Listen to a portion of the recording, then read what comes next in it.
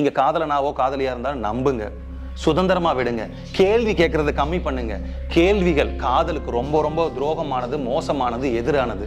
அவங்கள போட்டு கொடையாதீங்க, எங்க இருக்க, என்ன பண்ற, ஏது பண்ற நச்சாதீங்க. நீங்க உங்களோட அவைலபிலிட்டியை கம்மி பண்ணுங்க. ரொம்ப அவைலபிளா இருக்காதீங்க, அவங்களுக்கு சலிச்சு போயிடும். ஏன்னா அவங்க கூட வாழ்க்கை முழுவதும் வர போறாங்க. வார்த்தைகளை அளவா பிரயோகம் பண்ணுங்க, அதிகமா சொல்லாதீங்க. வாக்குகள் அதிகமா கொடுக்காதீங்க, கமிட்மெண்ட் அதிகமா பண்ணாதீங்க. நான் உனக்கு அதை பண்ணுவேன் இதை பண்ணுவேன்னு சொல்லாதீங்க. இருக்கிறத வச்சு வாழ முடியுங்கிறத உங்களுக்கு உணர்வுகளில் உணர்த்துங்க. அவங்களுக்கு கிஃப்ட் வாங்கி கொடுக்க அப்படி அவங்கள அந்த மாதிரி ஒரு ஃபேண்டசி வேர்ல்டுக்கு கொண்டு போகாதீங்க. இயற்கையா இயல்பா நம்மளோட வாழ்க்கை முறைக்கு என்ன தேவையோ அப்படி இயற்கையா கொண்டு போறதுக்கு பாருங்க. இப்ப ரொம்ப கோவப்படுறாங்கன்னு வச்சுக்கங்களேன், காதலி முன்னாடி அந்த கோவத்தை காமிச்சுக்க மாட்டாங்க. என்னமோ கோவமே படாத மாதிரி அன்பா சாஃப்டா இருக்கிற மாதிரி பேசுவாங்க. ஒரு சின்ன திருட்டு பழக்கம் இருக்குதுன்னு வச்சுங்களேன், காதலன் முன்னாடி காதலி முன்னாடியுமே அந்த திருட்டு பழக்கத்தை அவங்க காமிச்சுக்க மாட்டாங்க. இல்ல கெட்ட வார்த்தை பேசுற பழக்கம் இருக்குது, ஒரு சிகரெட் குடிக்கிற பழக்கம் இருக்கு, ஒரு ட்ரிங்க்ஸ் பண்ற பழக்கம் இருக்கு. இதை காதலன் காதலிக்கிட்டையும் காதலன்கிட்டையும் மறைச்சுதான் வச்சிருப்பாங்க ஆரம்ப காலகட்டங்கள்ல. ஆரோக்கியமா இருக்கணும், சந்தோஷமா இருக்கணும், மகிழ்ச்சியா இருக்கணும், சுதந்திரமா இருக்கணும். ஒரு உயிரை இன்னொரு உயிர் மதிக்கணும். இந்த உலகத்துல எந்த ஒரு உயிரும் இன்னொரு உயிருக்கு அடிமை கிடையாது. தெளிவு குருவின் திருமேனி காண்டல், தெளிவு குருவின் திருநாமம் செப்பல், தெளிவு குருவின் திருவார்த்தை கேட்டல், தெளிவு குரு உரு சிந்தித்தல் தானே. குருவே சரணம்.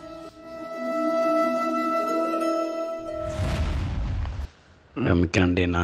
ஏன்னா நம்ம வாசிக்க கிளாஸ் போயிட்டு இருந்ததுக்கப்புறம் எங்களை வழிநடத்தது குருவுக்கு அடுத்து நீங்கள் தான் எங்களுக்கு குருவாக இருக்கீங்க.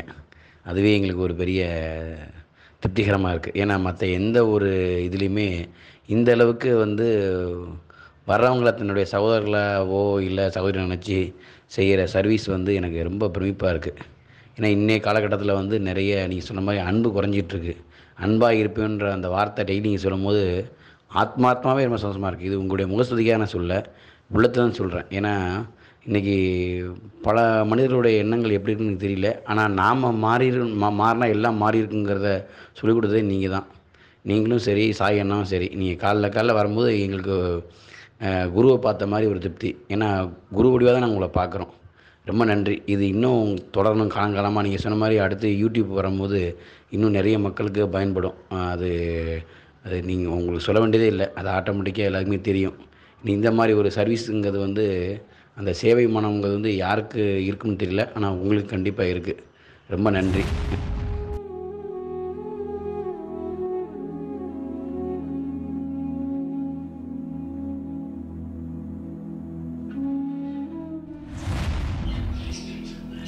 வணக்கம், நான் உங்க ஆத்ம நண்பன் பேசுறேன்.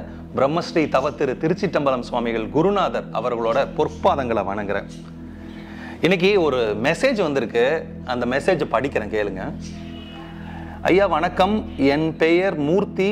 நான் மதுரையிலிருந்து உங்களுக்கு மெசேஜ் அனுப்புகிறேன். நானும் எனது காதலியும் ரொம்ப வருடங்களாக காதலித்து வருகிறோம். ஆரம்பத்தில் நன்றாக இருந்தது, இப்பொழுது வெறும் சண்டையாக மட்டுமே இருக்கிறது. இதற்கு ஏதேனும் தீர்வு உண்டா ஐயா? இப்போ இந்த பதிவில் இந்த ஒரு நபருக்கு மட்டும் இந்த பதில் இல்லை, நிறைய பேர் காதலர்கள் இருக்கிறாங்க. என்கிட்ட நான் நிறைய அன்பர்கள் இதை கேட்டது உண்டு, யங் சாப்ஸ் எல்லாம் கேட்டது உண்டு. ஸ்பீச்சுக்கு போகும்போதும் சரி, இல்லைன்னா ஒரு டிஸ்கோர்ஸ் போகும்போதும் சரி, காலேஜுக்கு போகும்போதும் சரி, அங்கே நான் பேசி முடிச்சதுக்கப்புறம் தனியாக கேட்கக்கூடிய அதிகமான கேள்வி இதுதான். காதல் அதிகமாக சண்டை வந்துட்டே இருக்குது. இப்போ நம்ம ஒரு ஆன்மீக சொற்பொழிவு கொடுக்குறோம், இதெல்லாமா பேசுகிறோம் அப்படின்னா நம்ம வாழ்க்கையில் அதிகமாக நம்ம மக்களோட தொடர்பு வச்சுட்டு இருக்கிறோம். மக்கள் சார்ந்த உணர்ச்சிகள் ரொம்ப ரொம்ப முக்கியமாக இருக்குது. அதில் ரொம்ப தலையாய இடத்த பிடிச்சிட்டு இருக்கிறது இந்த காதல். நான் ஒன்று சொல்லுவேன், உலகத்தில் எல்லா பிரச்சனைக்கும் காரணம் காதல் தான் அப்படின்னு. ஏன்னா பற்று மாறிக்கிட்டே இருக்கும்.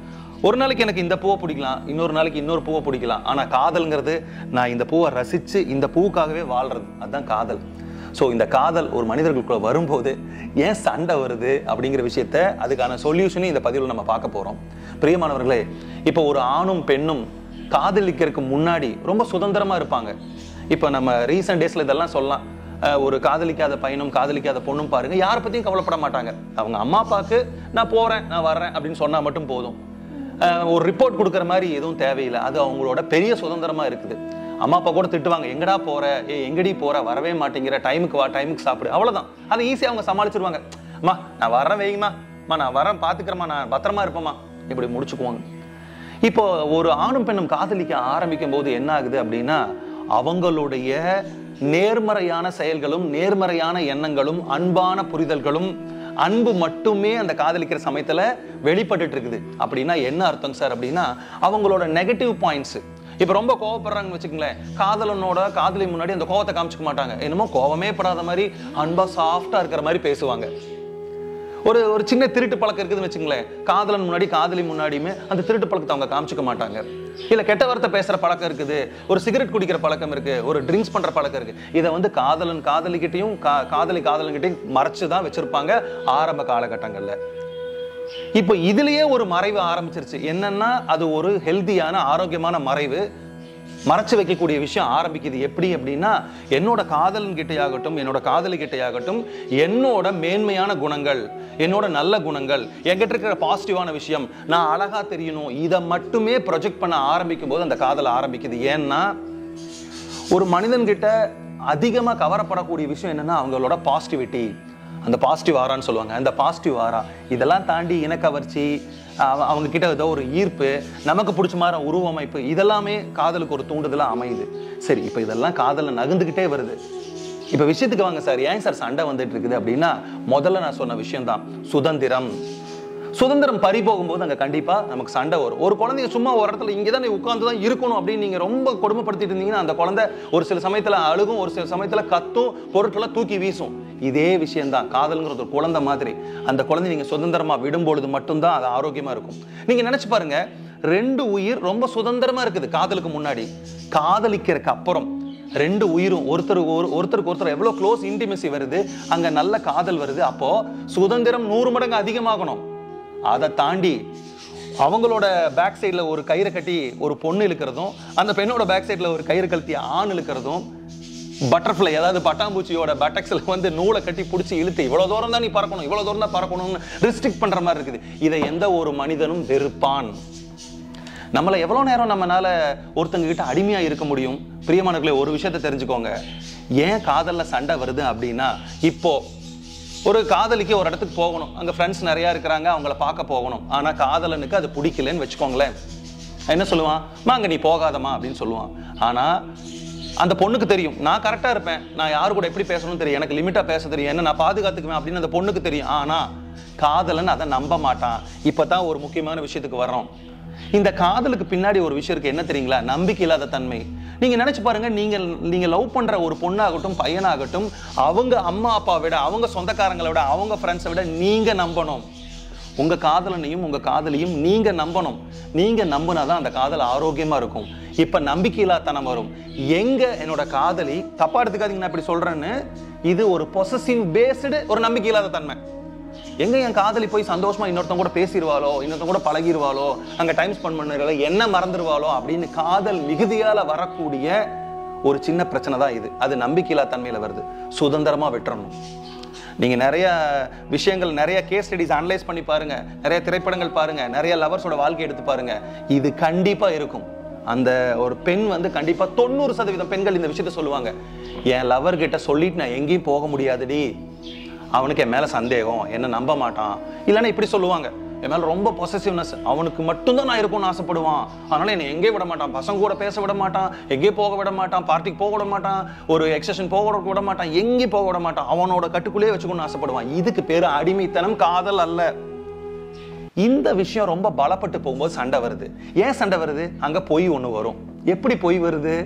இப்போ காதலனுக்கு பிடிக்காத இடத்துல, பசங்க அதிகமா இருக்கிற இடத்துல காதலி போறா, அது காதலனுக்கு பிடிக்கல அப்படின்னா காதலிக்கு தெரியும், நான் சுத்தமானவன், நான் பரிசுத்தமானவன், நான் எங்க போனாலும் என் லிமிட்ல இருப்பேன்னு தெரிஞ்சா கூட காதலனை அனுமதிக்க மாட்டான். அந்த சமயத்துல என்னடா இவன் இப்படி இருக்கிறான், இவனை காதல் பண்ணதே வேஸ்டா போச்சே, என்னை சுதந்திரமாவே இருக்க விட மாட்டேங்கிறேன், எங்க அம்மா அப்பா கீழே நான் இவ்வளவு நல்லா ஆனந்தமா சந்தோஷமா இருந்தேன், எனக்கு ஏன் இப்படி ஹெக்டிக்கா ப்ரெஷர் கொடுக்குறான் அப்படின்னு சொல்லிட்டு, இல்ல நான் வேற ஆபீஸ் விஷயமா வெளியே போறேன், நான் ஒரு செமினார் போறேன், நான் ஒரு மீட்டிங் போறேன், என்ன தொந்தரவு பண்ணாதேன்னு சொல்லி அந்த பெண்ணு போயிடுச்சுன்னு வச்சுக்கோங்களேன்.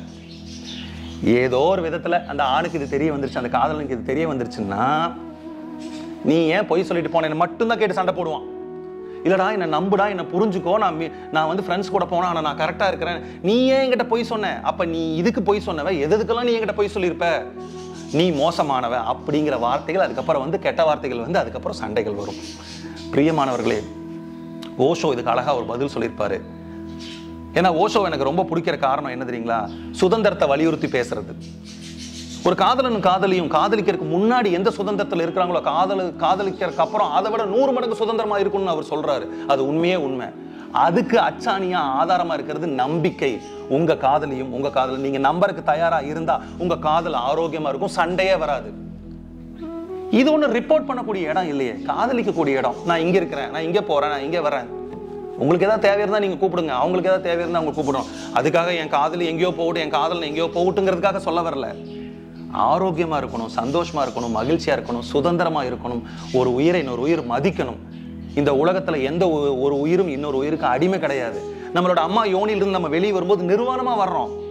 நம்மளை எந்த ஒரு விஷயம் போட்டு பிடிச்சி கூட இல்லை, நம்ம உடம்புல ஒட்டு துணி கூட இல்லை. இந்த பிரபஞ்சம், இந்த பிரகிருதி நம்ம அந்த அளவுக்கு சுதந்திரமா விட்டுருக்குது. ஆனா அம்மாவோட யோனிலிருந்து வெளியே வந்ததுக்கு அப்புறம் நமக்குன்னு ஒரு சிந்தனை வர ஆரம்பிச்சதுக்கு அப்புறம், அந்த கர்வம் ஆரம்பிச்சதுக்கு அப்புறம் நிறைய விஷயங்களை நம்ம தலையில போட்டுக்கிறோம்.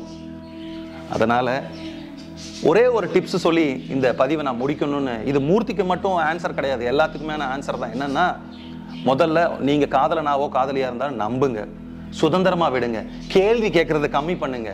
கேள்விகள் காதலுக்கு ரொம்ப ரொம்ப துரோகமானது, மோசமானது, எதிரானது. அவங்கள போட்டு கொடையாதீங்க, எங்க இருக்க, என்ன பண்ற, ஏது பண்ற நச்சாதீங்க. நீங்க உங்களோட அவைலபிலிட்டியை கம்மி பண்ணுங்க. ரொம்ப அவைலபிளா இருக்காதீங்க, அவங்களுக்கு சலிச்சு போயிடும். ஏன்னா அவங்க கூட வாழ்க்கை முழுவதும் வர போறாங்க. வார்த்தைகளை அளவா பிரயோகம் பண்ணுங்க, அதிகமா சொல்லாதீங்க. வாக்குகள் அதிகமா கொடுக்காதீங்க. கமிட்மெண்ட் அதிகமா பண்ணாதீங்க. நான் உனக்கு அதை பண்ணுவேன் இதை பண்ணுவேன்னு சொல்லாதீங்க. இருக்கிறத வச்சு வாழ முடியுங்கிறத உங்களுக்கு உணர்வுகளில் உணர்த்துங்க.